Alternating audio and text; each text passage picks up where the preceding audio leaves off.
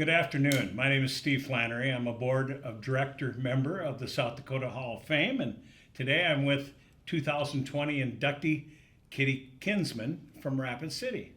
Kitty is also currently agreed to become a board member of the South Dakota Hall of Fame. Welcome, Kitty. Thank you very much.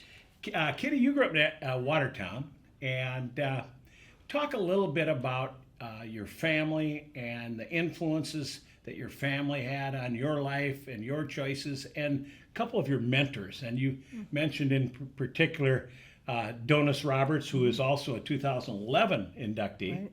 and Betty McNulty, the chamber director. So if you'd like to talk about that. I grew up in a family of 6 children with parents who were very busy raising 6 children and had a lot of experiences through them with community and volunteer work over the years. And it was fortuitous in my life experience to have my father and mother connected in different ways in the community, because they ended up introducing me to some mentors which really changed the course of my life. But one of the first was my debate coach. Donis Roberts, as you said, was a 2011 inductee. In fact, he was in the audience the night of our induction ceremony, and it was quite fun for me to be able to acknowledge his presence, because he basically saw things in me that I perhaps didn't see at the time, and sent me on a direction of basically looking at public policy and how policy gets argued in front of different people, and so I think that was a formative part of his mentorship in my life, and I didn't really understand at the time how much that would mean.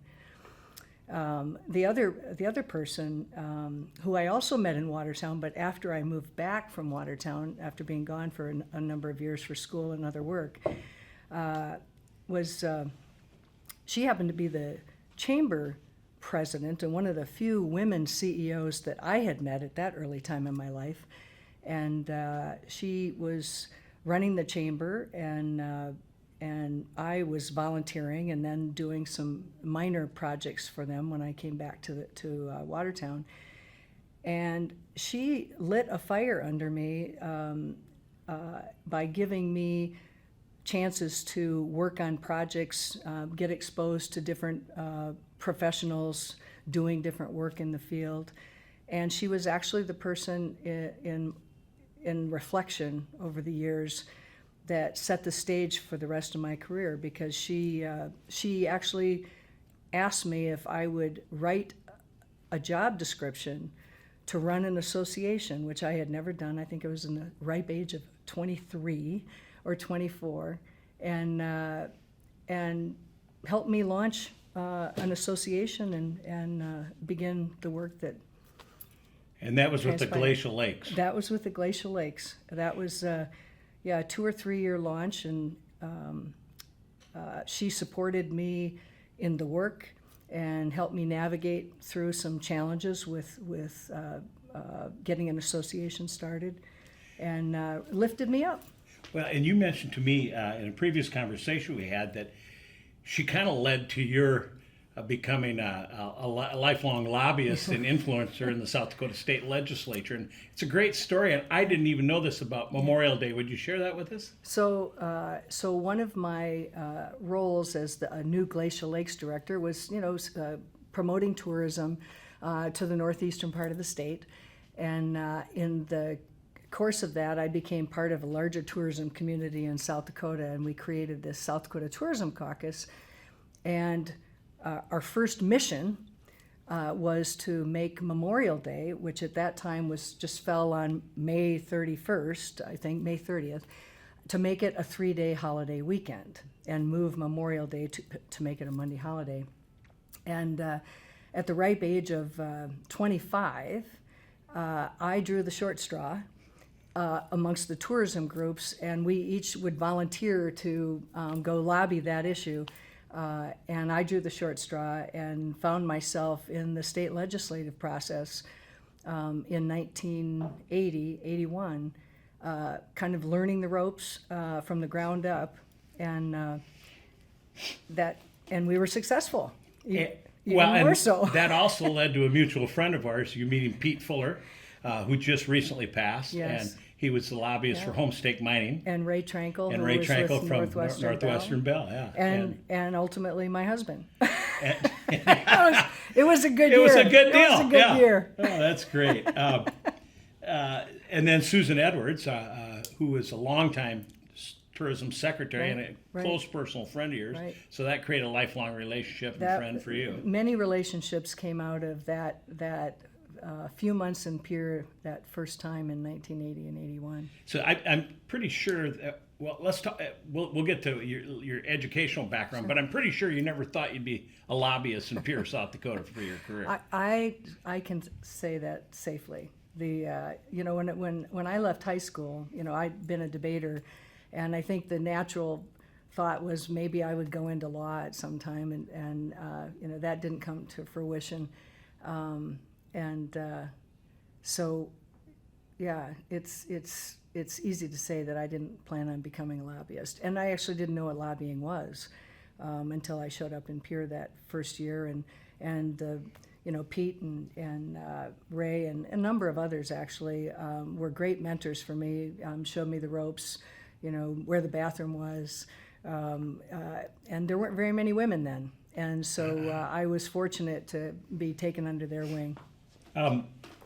Let's talk a little bit about your before you came back to Watertown, you went to CU in Colorado, University of Colorado in Boulder, and talk about your experience there. You did some volunteerism work with the Women's Crisis Hotline, and talk about how that played into, because you've led a life of philanthropy. Talk about how that played into your activism and in philanthropy. Well, when I went to the University of Colorado, it was brand new. I didn't know anybody, and one of the things that I would actually encourage anyone to do when you don't know anyone and you want to get involved is find opportunities on campus or wherever you are to volunteer your time. And I found a couple of organizations that were meaningful to me at the time and got involved. And one of them was the Women's Crisis Line, which was helping have a phone connection to people who were in crisis for whatever reason. And that got me interested in maybe pursuing a psychology degree, which was quite popular in the 70s. And but that volunteer experience was pretty rewarding. I mean, to be working with people in crisis and later folks with drug addiction problems, it was formative, and it was formative in a way that I also think is important. It also taught me what I probably didn't want to do for the rest of my life. Well, I think you made I thought it was a piece of advice that you told me about leadership and advising young people. I'd like you to share that comment with us. Well, and when I get a chance to talk with young people now, everybody's like, "Well, how did you get where you were?" And I said, part of it is saying yes to opportunities, and sometimes you're not the one that sees them; other people see them in you. And I've been fortunate in my life to see some of them, but also to have other people see things in me, and put me in a place that I perhaps hadn't seen before. And so what I like to share with young people when I get the opportunity is to say yes to things, because the doors may open that you couldn't possibly have seen from the place where you're at. And the only reservation I have with that is that if you say yes, you better be willing to do the work. And sometimes perseverance is what it takes to get the job done, and so I say yes with caution. So you talked about let you see things that you normally wouldn't maybe see. Maybe Secretary of Health would have been one of them. And would you talk about, please talk a little bit about the Bush scholarship you had, the Bush Fellowship, Sure. and at Stanford University, and then kind of weave that into how you ended up in Pierre, South Dakota, working for Governor Jankula. Well, so I actually moved to Pierre after my work with the Glacial Lakes. Met my husband, moved to Pierre, And, Pierre is known primarily for government jobs, and I was coming out, trying to look for an association type work, and there wasn't any available. So I ended up working for the health department as the assistant to the Secretary of Health, my predecessor. And in the time that I worked for the department, I got a view into the public policy issues related to healthcare and got to know a lot of the lawmakers, got to know the governor and the governor's staff. And when my predecessor left to take a job in the private sector, I decided I had nothing to lose at the ripe age of 30, that I would just throw my name in the hat. And a couple months later, the governor called me over to his office and asked me to be the new Secretary of Health. So it was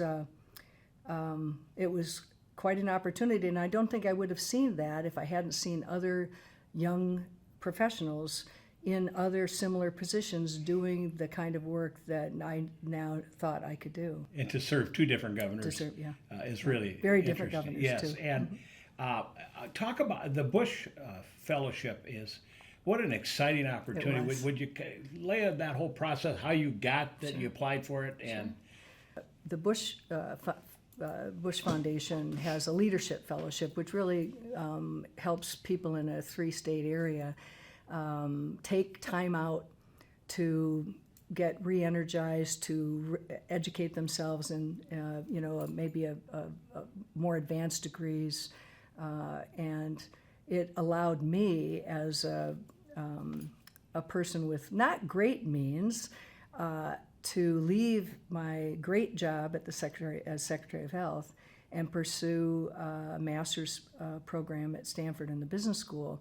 And my thought at that time, and many people wondered why I would have left that job, but I didn't see a cabinet job as a lifetime appointment or a long-term appointment. So I spent 6 years in the department, and I was ready for something new. And the fellowship opportunity came to my attention, and I let the governor know that I was interested in stepping off the train, if you will, at some point in the near future. And then I was awarded a fellowship, and so Steve and I picked up, moved, sold our house, moved to California, not actually knowing what the outcome was going to be, but I spent the year in fellowship, and it was one of the most significant personal growth experiences for me. I was with leaders from 42 different, probably 12 different countries from all over the world, 42 classmates, and in an environment that was tech savvy at the early stage, and challenging. And one of the features that I recall this vividly, after about 6 months living out there, I was struck by the number of people that I met who had started companies, not done well, started another company, and kind of incremental progress. And many of us, at least in my part of the country, our part of the country, would have looked at that as failures. And I thought that this environment that I was living in was so different from environments that I had lived in the past, because these were people who just looked at a business failure or a project failure as a learning experience and a way to move on and do bigger things. And so for me, that whole year was challenging and inspirational. And it led to an opportunity for you to get involved in a software startup, right? Correct? So right, and which you probably sitting out in Pierce, South Dakota, in a cabinet level, never would have seen that. Completely. I got done with the fellowship, and I actually thought I would. I went there. I actually got to study with Alan Enthoven, who was the guru in managed care, which is where things were going, and. So that's where I thought I was headed, and that was my plan, and two of my classmates that I graduated with out there, who were more tech people, approached me about the three of us founding a company to do what today I would characterize as an electronic medical record. And they wanted me in the game for my contacts and experience in healthcare. And it's like, wow, this is something to think about. And so we ended up founding a company, building our first product. And unfortunately, we didn't last to the .com boom when all the money came into the marketplace for ideas, and sold that company in 95 or 96. And that's when I moved back to South Dakota. Okay. Yeah. And when you came back from there, that's when you went to work for Mickelson, correct? No. I worked for Governor Janklin Mickelson before the Bush Fellowship. Oh, that was before the Before, Bush, okay. and when I came back to South Dakota, I actually wasn't sure what I was going to do. I'd been in the technology environment for 5 or 6 years, and so I felt a little out of place. I did some business plan development with some School of Mines students on some of their ideas. And then I got a call out of the blue from Dr. Nord, Alan Nord, who apparently found out that I was back in the state, and was aware of my prior work on smoke-free issues as Secretary of Health. And he called me and asked me if I would be willing to help organize a statewide effort on tobacco issues, smoke-free issues. And I said no. I just didn't see it was my plan, my direction. And he waited about a month and called me back again, and then he had some other people call me back, and so at that time I was like, well, I'll help you for a couple months, and direct you to people that I think can be helpful, and that was the beginning of almost another 20 plus years of lobbying. I'm certainly being honored for this, but there were so many people both before me that kind of set the stage, and I do believe issues have time. There were people and timing and champions come together, and I was fortunate when I came back to the state to know a number of people, both in healthcare but also in the legislative arena from my prior work, Secretary of Health, and it was those skills and contacts that, unbeknownst to me at the time, laid the foundation for creating a large coalition of organizations that would ultimately get this Bringing passed. people together. And I worked with a great team of people from a lot of the voluntary health organizations like the Cancer Society and Heart Association, and people like Dr. Nord, and I just think about all the champions and legislative champions and the people that carried the water, on the legislative front for us. So, Kitty, you're, obviously we've talked about, you're very well known for the Smoke-Free Initiative, because every place we go now, we don't have to breathe other people's smoke. Talk about a couple other things that you think kind of defines who you are and what you've done with your life. Well, I think at the end of the day, what I've realized is that my passion, for the most part, has been related to healthcare and healthcare issues.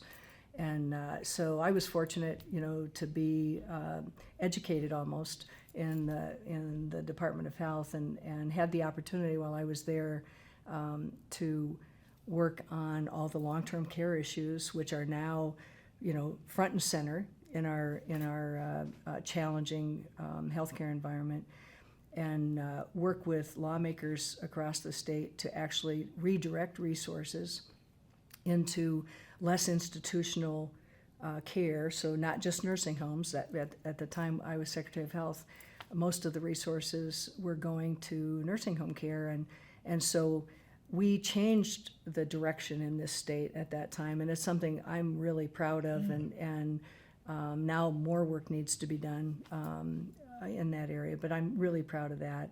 And at that time, we also, our team of department professionals, along with colleagues in the private sector, put together Health 2000. So it was a decade-long project that basically tried to focus the state on some key public health issues and work on public-private partnerships to be able to make changes, say, in infant mortality. And I was really proud of that effort, because it was a collegial effort and a way for all of us as public and private sector representatives to see what we could do together. And one of the outcomes of that whole process was the creation of the Office of Rural Health, which is near and dear to my heart, and probably worked on policy issues related to rural health for the rest of my career. When you did that, did you work with Dr. Tom Dean, who's being inducted here? Because he's considered basically the father of rural Absolutely. healthcare, is he? Dr. Dean was an inspiration to me as a young Secretary of Health, and worked actually on the creation of the Office of Rural Health with him, many other physicians as well. But he was instrumental in the creation of that, and it was actually a joint partnership between the Department of Health and the School of Medicine. Oh, okay. So it was rewarding. So to me, I'd like to know, of all the years that you successfully lobbied, what were the personal characteristics that you felt were most important to you convincing other people to adopt the issues that you were advocating? Would you talk about that a little bit? I think at the end of the day, regardless of whether we, a lawmaker and I agreed, and that would include a governor, they had to trust what you were saying and the facts behind it, even if they disagreed with them or the policy solution that you were advocating. So I would say, your word is your reputation, and you can't be in that business as a lobbyist and not have people open their door to you on issues. And if you fail to do that on an issue, the likelihood that you'll be able to come back and talk to them again is much less. So gaining trust was is right, and building on that trust. And if you look at the individuals who've been successful in lobbying, and for me, lobbying is just advocating, a position on an issue. Okay. Sometimes it's for yourself, but many times it's for organizations. And the central piece of that is being credible. And I also, when my training with people who want to do this work, either as volunteer or lobbyist, is I also think it helps to be likable. And I mean, that sounds trite, but I think people prefer, if given the choice, to do business with someone that they like and that they respect. And so I can honestly say, in my years working with lawmakers and lobbyists, that is a strategy that works. I absolutely agree with you, because in 40 years of sales, Right. it's gaining trust. The quicker you gain their trust, Right. and then you have to act accordingly so you can Correct. keep their trust. Correct. And lobbying and advocacy really is a sales job. I mean, Yep. at the end of the day, I mean, you're trying to move an issue, and you're trying to do that understanding where someone's coming from and what their priorities are, and how what you're trying to get accomplished fits. And Kitty, you mentioned earlier that on the Memorial Day issue, you were one of the few women. When you actually started as a registered lobbyist, how many women would you guess were actually lobbying then? I actually don't remember, but it was a handful or less. And it was a challenging environment. I had just moved back from California for the first time. And so it was a pretty good old boys network. And there were women in the legislature. In fact, there were probably more women then. But it was quite a different environment. And I think as a young woman in that environment, and also true when I became Secretary of Health, you had to pay attention to where you were, how you dressed, a lot of things that were perhaps not the same for men. Exactly. Yeah. So talk a little bit about, you mentioned, I want to get in this quote. Your friend told you, find things that you want to do because you will find out about things you don't want to do. Right. And that was your way of kind of, this was kind of nice. I think I can do this, right? It became a good fit. It really And is. as I said, one of the things we talked about before was, whether or not you have a plan, on your career plan. It's obvious that I didn't. But I truly believe that doors open when you're ready, and that sometimes you can't see them from the place that you're at. And that's been my life experience, having doors open for me, and also pushing some open. Well, there's one thing about you.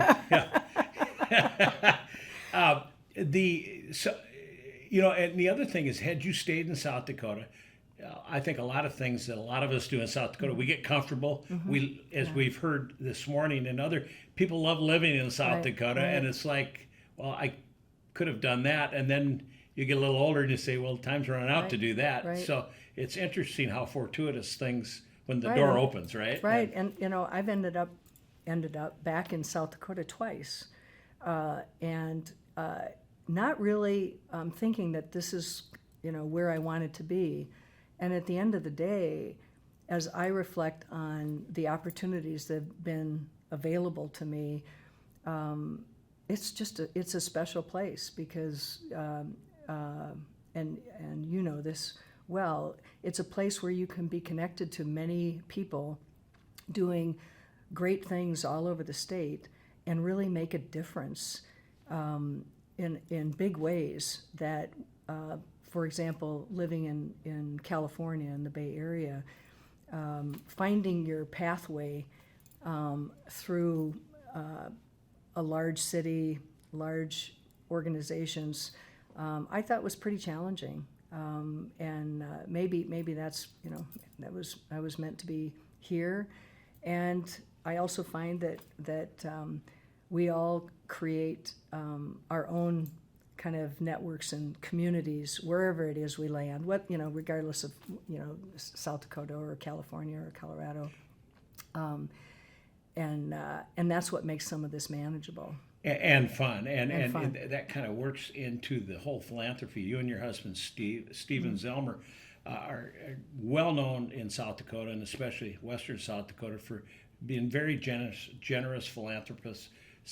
Black Hills Area Community Foundation, you've been one of the early members of that, one of the first board members. And talk about why do you give, and how, just talk a little bit about your philosophy on your philanthropy in general, what you do. Well, I think we give because it feels good. There you go. Right. At the end of the day, and everybody has treasures, whether it's their time or financial resources or other talents. So I just am a firm believer that giving feels good, and if you can find something that you're passionate about, it even feels better to be able to move a capital campaign along, or to move an issue along. I mean, I think they're almost one and the same. And the other good thing, and it's true across our state, and I'm lucky to know so many people who are mentors for philanthropy of how they give in their communities. And I've learned a lot in my lifetime through my parents and family members, but also through the people that I've worked with and served on boards with. I've seen the examples of their giving, their philanthropy, and it's had a profound effect on me personally, and Steve too, I'm sure. Absolutely. Yeah. what advice would you give in closing? What would you give to young people starting out in their lives? And we talked about it a little bit, but is there any one thing that you haven't said that you'd like to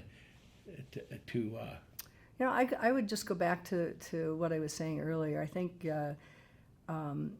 be open to opportunities and things that you might not see for yourself.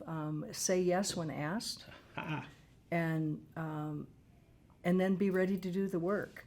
And I think what I have experienced in my life is that people see things in you that you may not see in yourself, and that'll open doors for you in ways that you cannot possibly imagine, and good things will happen.